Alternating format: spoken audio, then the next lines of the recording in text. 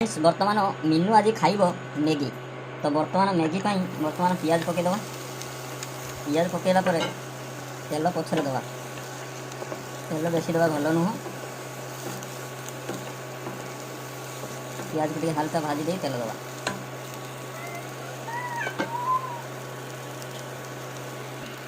बर्तमान टे तेल देदबा। बेसी दबानी जेहतु गोटाए मैगी अच्छे चलो।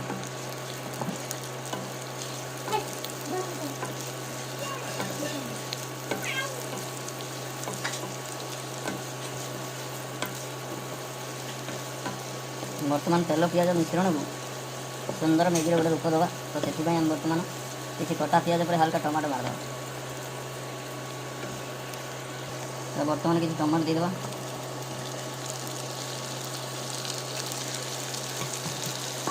हल्का गुंड टे मारदबा।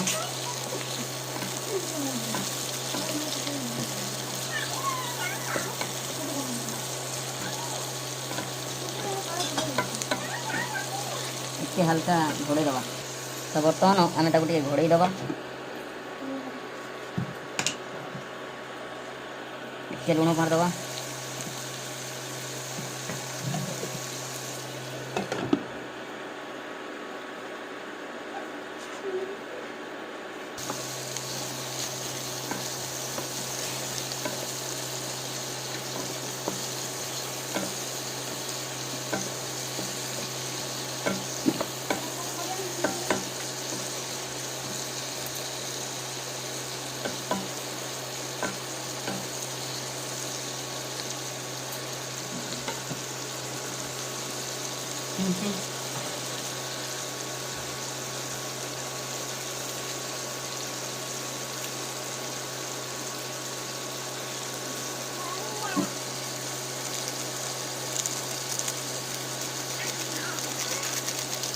मैगी मसला टे आरंभ मारदेवी।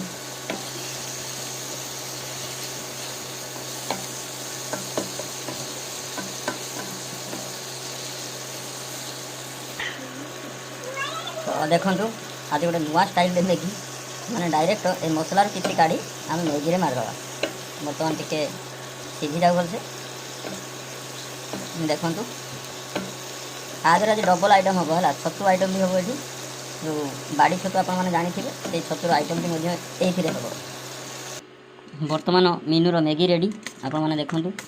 बर्तमान तार लंका फंका किसी पड़ी ना जेहतु से छोट पिला माँ खाईदे खाई कह कौड़ा लगे हाथ खाइबू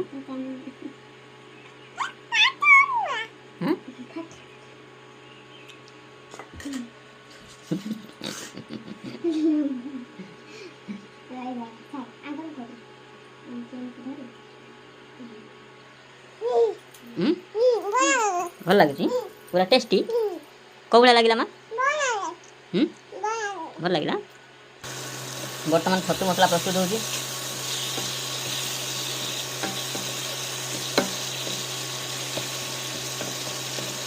हल्का लंका गुंड आवश्यक पड़े।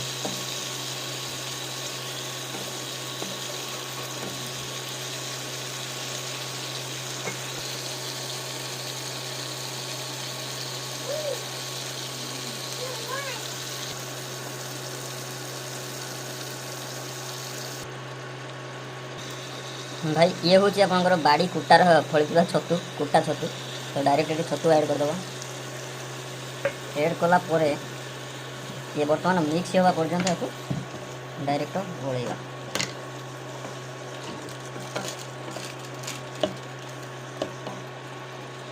जीरा गुंड टे मारदे हल्का जीरा मरा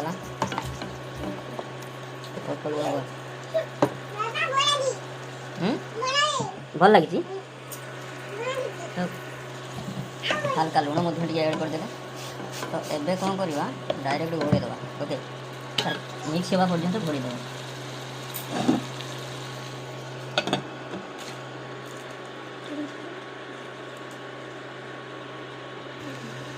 भाई खोली देला परे बास्ना पूरा अलग प्रकार मस्त। तो जहाँ भी हो तो फाइनाली बर्तमान छतु आ किसी समय रेडी होगा जाऊँगी कि पूर्व आप ଆଉ ଗୋଟେ ଜିନିଷ ଏଥିରେ ଆଡ଼୍ କରିବା କ'ଣ, ବୋଇତାଳୁ ଡଙ୍କ। ଆପଣମାନେ ଚିନ୍ତା କରନ୍ତୁ, ବୋଇତାଳୁ ଫୁଲର ଯେଉଁ ନାଡ଼ଟା ନୁହଁ ସେଇଟାକୁ ଟିକେ କାଟିକି ମାନେ ଛୋଟ ଛୋଟ ପିସ୍ କରି ଆଦେହରେ ଆଡ଼୍ କରିବା। ଠିକ୍ ଅଛି, ବହୁତ ହି ଜବରଦସ୍ତ ଟେଷ୍ଟ ଲାଗିବ। ଆପଣମାନେ ଥରେ ଖାଆନ୍ତୁ,